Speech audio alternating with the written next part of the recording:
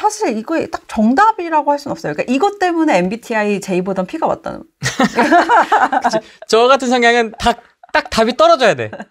딱 기면 기고 아니면 아니고. 그쵸. 네. 근데 그게 조금 애매해요. 아. 그러니까 이제 내가 살 시점에 내가 얘를 좀 몇 년 가지고 있겠다. 이거를 좀 어느 정도 생각을 한 다음에 상황을 보고 팔아야 되는 거거든요. 상황을 보고 팔아야 네. 된다. 어렵다. 근데 이게 뭐 그렇게 생각하면 어려우실 수도 있는데 중개하는 입장에서 이제 말씀을 좀 드려보자면 현실적으로 우리가 땅을 살 때 비주얼이 전혀 사고 싶지 않게 생긴 땅들이 벌써 저희가 투자할 수 있는 경우인 게 많아요. 네, 그러니까 땅만 봤을 때는 사고 싶지 않게 생겼어. 안 이뻐. 허허벌판이고. 횡하고. 네, 횡하고. 주변에 아무것도 없고. 그래야 보통 이제 개인이 투자할 수 있는 금액대인 경우가 많거든요. 개발호재 관련 뉴스를 받고 이 지역에 개발될 거라는 걸 감을 잡았어요. 예를 들어서. 네. 네. 그러면 일단 삽니다. 네. 그러면 저도 그랬지만 다들 그렇게 처음부터 뭘 짓고 싶어 하세요. 저라도 이쁘게 네. 이렇게 만들고 싶잖아요. 네. 근데 문제는 그때 지어놨다고 생각을 해보세요. 그건 임대가 될까요? 누가 올까? 안 오긴 하겠다. 네. 그러네요. 그러니까 고스란히 개발이 될 때까지의 기간을 버텨야 돼요. 내가 그냥 오롯이. 그래서 보통 토지 투자를 할 때는 일단 현재 사서 3에서 5년 정도를 보라고 말씀을 드려요. 그렇게 해야 이제 심리적으로 버틸 수가 있으니까. 그렇게 말씀을 드리는데 가장 먼저 생기는 게 도로예요. 도로 인프라. 네. 그리고 그 다음에 개발을 하는 게 주택이에요. 그리고 가장 마지막으로 개발을 하는 게 상업시설이나 업무시설이에요. 이걸 왜 이렇게 개발을 하느냐. 상업시설이나 업무시설은 사람이 뭔가 가서 일을 해야 되고 사람들이 이용을 하는 거에 수익률이 연동이 되죠. 그러니까 그러면 이걸 이용할 사람이 있어야 되잖아요. 그렇기 때문에 이제 택지주구를 먼저 개발을 해서 여기 사는 사람을 만들어 놓고 그 이후에 이제 상업시설 개발을 하는 게 도시계획의 이제 기본이거든요. 그러면 이제 이 패턴을 쭉 따라가 보면 보통 한 5년 정도 소요가 돼요. 그러면 이제 내가 허허벌판 비주얼일 때 샀다가 주변에 뭐가 하나씩 들어서고 있다. 그러면 그때 이제 결정을 하는 거죠. 더 가져갈지 팔지. 네. 그게 보통 한 3년에서 5년 정도 걸려요. 보통 그렇게 사라고 말씀을 드리는 거죠. 네.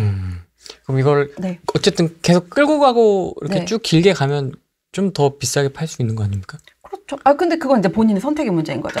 그러니까 만약에 이걸 좀 정리를 해서 다른 더 좋은 걸 살 수 있다라고 하면 정리를 하는 거고, 그게 아니고 내가 좀 계속 갖고 가고 싶다라고 하면 보유를 하시면 되는 거죠. 근데 그러면 또 3년에서 5년 너무 기네? 뭐 이렇게 얘기하실 수도 있잖아요. 네. 후랭이님, 제가 질문을 하나 드릴게요. 네. 주택 투자 만약 하실 때 보통 기간 얼마 정도 보죠? 임대차법 있으니까 이제 4년? 4년. 보통 2년, 4년, 6년 이렇게 잡지 않습니까? 그렇죠. 네. 네. 법인 아니면? 그렇죠. 그러니까 사실은 이건 개인 성향에 따라서 좀 많이 달라지기 때문에 단타를 원하시는 분들도 계실 거예요. 그런데 이제 양도세 규제 한참 심할 때는 최고 세율이 70~80%니까 국가랑 공투한다 이런 얘기도 나왔었잖아요. 네. 그러니까 아무래도 단기 투자를 하려면 그 세금 부분을 이제 의미 있는 수익률을 만들려면 세금 부분을 무시할 수가 없는데, 그럼 우리가 주택으로 비과세를 받던 아니면 일반 과세로 적용을 받아서 양도를 하던 어쨌든 최소 2년은 보유를 해야 돼요. 그리고 후레이님 말씀하셨듯이 임대차 3법 고려하면 4년. 그럼 주택이나 토지나 장기 아니잖아요. 3에서 5년 정도. 그러니까 이거 다들 어렵다, 오래 걸린다는데 전혀 그렇지 않아요. 그리고 또 아파트는 세입자가 뭐 해달라 이런 게 있는데, 토지는 그런 거 없죠. 땅은 세입자가 있을 수도 있겠지만 거의 없죠. 만약에 땅에다가 제가 창고를 짓는다거나 임대를 하면은 본인들이 알아서 하지 저한테 연락 오지 않죠. 네. 그렇죠. 거의 연락이 없죠. 네. 네. 손이 좀 안 가는 투자죠. 네. 누수가 있다는 도배장판을 해달라는 등 이런 거 없으니까. 보통 자기들이 지어서 써요. 그렇죠. 네, 주인한테 연락하거나 이러지 않고. 그렇죠. 네, 나갈 때 원상복귀 확실히 하거나. 땅 사려는 수요가 없지는 않습니까? 수요가 없냐는 질문이신 거죠? 네, 왜 아파트는 왜 언제든 살 사람이 있지 않습니까? 이렇게 브로드하게. 땅은 그 수요가 좀 적은 거 아닙니까? 이렇게 이제.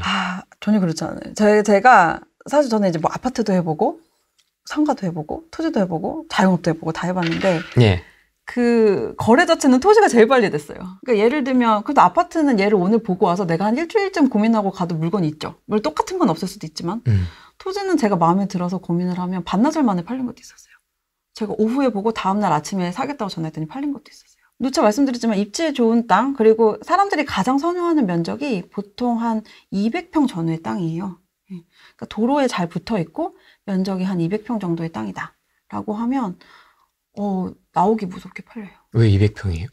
그게 사람들이 심리적으로 부담은 없나 봐요, 200평이. 그런데 사실 저는 뭐 토지 투자 디폴트 값이라고 할 면적이라고 하면 1000제곱미터, 300평 정도가 제일 이상적이라고 생각해요. 이유가 뭐 토지로 할 수 있는 투자 방법이 여러 가지가 있는데, 만약에 보상을 받는다라고 하면 그 상가딱지, 집딱지 이런 걸 또 추가로 주기도 하거든요. 이제 그때 기준이 되는 면적이 1000제곱미터예요, 300평. 그리고 또 한 가지, 농지연금 같은 경우도 그 300평 이상 농사를 지어야지만 이제 농지연금 수령 대상이 되거든요. 제가 항상 누차 강조하는 건 토지는 범용성. 네. 그래서 300평 정도가 적당한데, 심리적으로 보통 투자자분들이 접근을 하실 때 200평 정도면, 뭐 예를 들면 집을 짓겠다라고 하면 전용 면적으로 치면 훨씬 넓어질 텐데 한 3, 40평 정도의 집을 지을 수 있고, 그리고 뭐 상가를 짓는다고 할 때도 그렇고 가장 좀 면적이 괜찮은 면적을 뺄 수 있는 면적이 200평 정도죠. 그래서 그 정도 전후의 땅은 나오기 무섭게 거래가 됩니다. 네. 어떻게 보면 수요가 없다는 얘기는 그만큼 매력적인 땅이 아니라는 얘기일 그렇죠. 어떻게 보면 있겠네요. 네, 어찌 역으로. 보면. 네, 그럴 수도 있죠. 창고 얘기하니까 이제 갑자기 생각이 나는데요. 창고 가지고 있는데 확실히 원룸보다도 관리할 게 없어요. 그쵸. 왈라비님, 네. 저희 멤버십 분이시네요. 엄청 누구신지도 몰랐습니다. 왈라비님, 댓글 좀 자주 남겨주십시오. 제가 그 수능 출제하는 기관에서 재직을 했었잖아요. 네. 근데 거기가 네. 집도절도 없고 네. 창고도 없었어요. 근데 이제 수능 출제를 하러 가려면 네. 합숙 장비가 어마어마하지 않습니까? 네. 책이라든지 네. 생활용품이라든지 이게 네. 어마어마하거든요. 네. 네. 그리고 수능만 보는 게 아니고 임용고사도 있고 전국연합평가도 있고 뭐 초등 중등 임용고사도 있고 막 하니까 네. 장비가 엄청 많단 말이에요. 먹고 자는 그 쓸 때 하는 게 뭐 한 달씩 합숙을 하니까요. 네. 이제 이걸 창고에 때려 박아 놔야 되는데 이제 제가 그걸 했었거든요. 창고 찾아서 이제 임차 계약을 하는 네. 세입자의 입장에서. 지금은 이제 그 진천에 내려가서 네. 창고가 이제 있지만은 네. 제가 있을 때는 없었거든요. 그래서 이제 전국 방방곡곡 그 곤지암 창고부터 해가지고 막 이제 찾고 다니다가 네. 이제 계약을 했는데 엄청 이제 큰 땅에 한 네. 350평? 네. 엄청 크더라고요. 이제 네. 거기에 3동짜리 이제 건물만 덩그러니 있고 이제 거기 속은 이제 우리 세입자가 알아서 채워야 되는. 뭔지 아시죠? 네. 렉도 우리가 설치해야 돼, 세콤도 설치해야 돼, CCTV 설치해야 돼, 뭐 항온항습기 뭐 이런 거 뭐 있잖아요. 네. 다 우리가 막 다 해줘야 돼. 또 차 진입로 때문에 이제 저희는 또 좀 트럭이 큰 게 들어가서 뭐 그런 거 이제 좀 또 확보해야 되고 막 네. 공사도 좀 하고 그다음에 자바라도 설치하고 네. 막 별걸 다 설치했었거든요. 그때 좀 약간 현타가 오더라고요. 아 이게 뭐지 이게? 내가 월세 내는데 내가 다 해주고. 그렇죠. 그래서 아주 그것 때문에 엄청 바빴던, 그리고 이게 토지 투자의 매력인가? 따박따박 받는 거예요. 이제 제가 그럼요. 이제 총무팀에서 그걸 이제 네. 월마다 결제를 해서 네. 입금이 나가는데 집주인은 하는 게 없네? 그리고 땅 주인은 이제 그 임차인도 개인이 아니라 회사잖아요. 네. 얼마나 또 입금을 따박따박 해줘요. 정확하게 하죠. 정확하게. 밀리면 안 되면 큰일 나니까. 그렇죠. 정확하게 딱딱 네. 300 몇만 원씩 해줬던 건 그 기억이 나는데 창고 계획 갖고 계신 분들은 되게 좀 부럽더라고요. 근데 이게 약간 입지가 좀 중요하죠. 역시 마찬가지. 네. 저희도 찾을 때도 네. 저희 목적에 맞게끔 그 윙바디가 8대가 이제 들어갈 수 있냐 네. 없냐 막 이런 것도 따지고 막 했었는데 갑자기 창고 얘기하시길래 과거의 추억이 떠오르셨죠. 네, 그때 약간 그 세입자로서의 그 어떤 땅 주인을 봤던 네. 그 기억이 갑자기 좀 떠올라가지고 뭔가 경매로 땅을 사서 네. 창고를 지어서 임대한다든지 이런 식으로. 굉장히 매력적이죠. 현금 흐름이랑 이제 시세 차익을 한 방에 해결할 수 있는. 네. 좀 약간 소심이라 편의점 이런 건 좀 어려운 것 같아요. 창고는 좀 뭔가 더 만만해 보이긴 하는데 더 어려우려나요? 그러니까 저는 이제 제 기준으로 물건을 보다 보니까 현실적으로 뭐 저 같은 경우는 제가 좀 경력 단절 기간도 좀 길었고 아이도 있고 있다 보니까 제가 좀 할 수 있는 거를 찾으면서 이제 그 시선으로 봤던 거죠. 근데 북두번 편의점이 단점이 뭐냐면 인력을 구하는 게 되게 어렵거든요. 알바가 차를 타고 와야 되잖아요. 그러네요. 네. 그러니까 주인이 좀 근무를 많이 해야 되는 그런 단점이 있어요. 사실 그냥 저도 생각은 했지만 여러 가지 이제 단점들이 있는데 창고는 정말 관리 측면에서는 뭐 타입 추종을 불허한다고 볼 수 있죠. 임대해놓고 관심 끄면 되니까. 그럼 편의점은 네. 부모님이 근무하시는 거예요?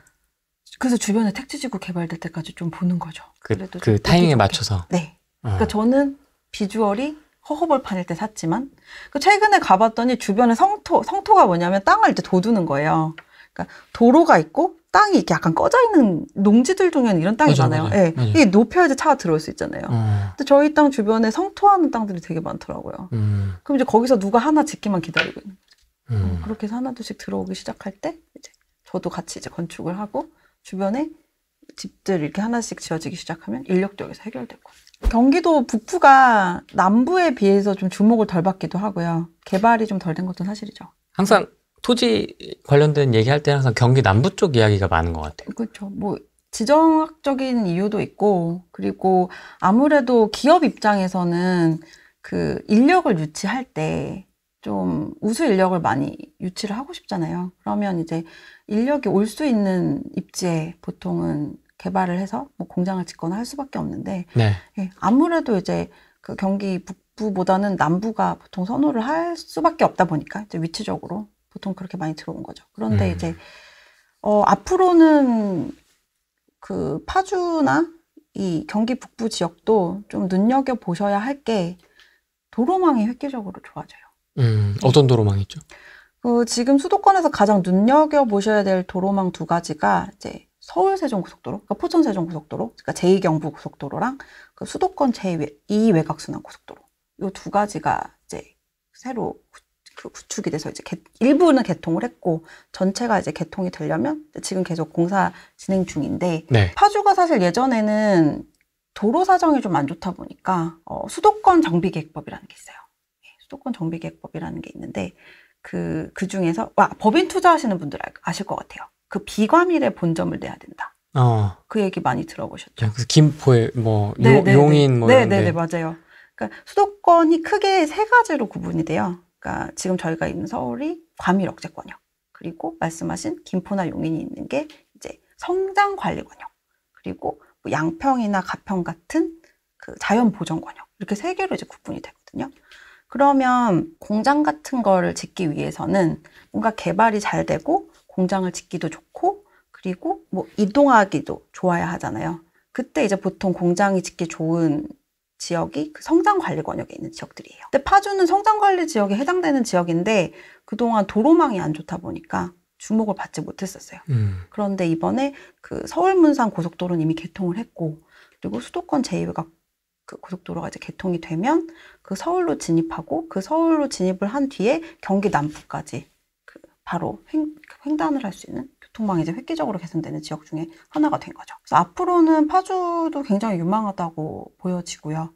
그리고 뭐 이따 물건을 하나 이제 보여드릴 예정인데 공장 지을 계획관리 지역 땅, 도로 사정이 좋은 땅을 위주로 파주 그 토지도 보시면 좀 괜찮은 투자를 하실 수 있지 않을까 합니다. 네. 아까 이따 소개해 주실 물건이 네. 파주입니까? 네, 파주 있습니다.